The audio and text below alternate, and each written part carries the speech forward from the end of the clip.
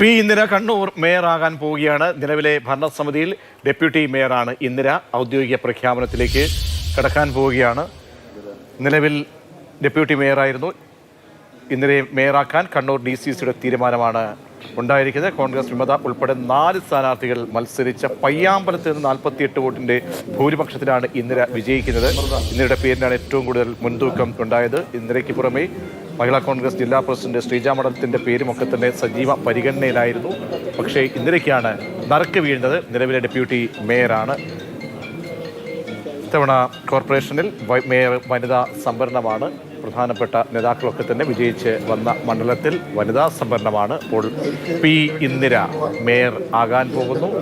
P ഇന്ദിരയെ അനുമോദിക്കാനായി മുൻ സംസ്ഥാന അധ്യക്ഷൻ KPCCയുടെ കെ സുധാകരൻ ഉൾപ്പെടെ പ്രധാനപ്പെട്ട നേതാക്കൾ, DCC അധ്യക്ഷൻ തുടങ്ങിയ എല്ലാ നേതാക്കന്മാരും എത്തിയിട്ടുണ്ട്.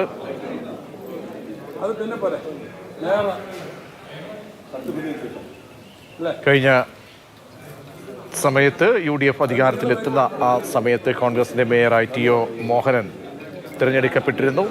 ഇപ്പോൾ വനിതാ സംവരണമാണ്. വനിതാ സംവരണത്തിൽ പി ഇന്ദിര കോൺഗ്രസിന്റെ പ്രധാനപ്പെട്ട നേതാവാണ്.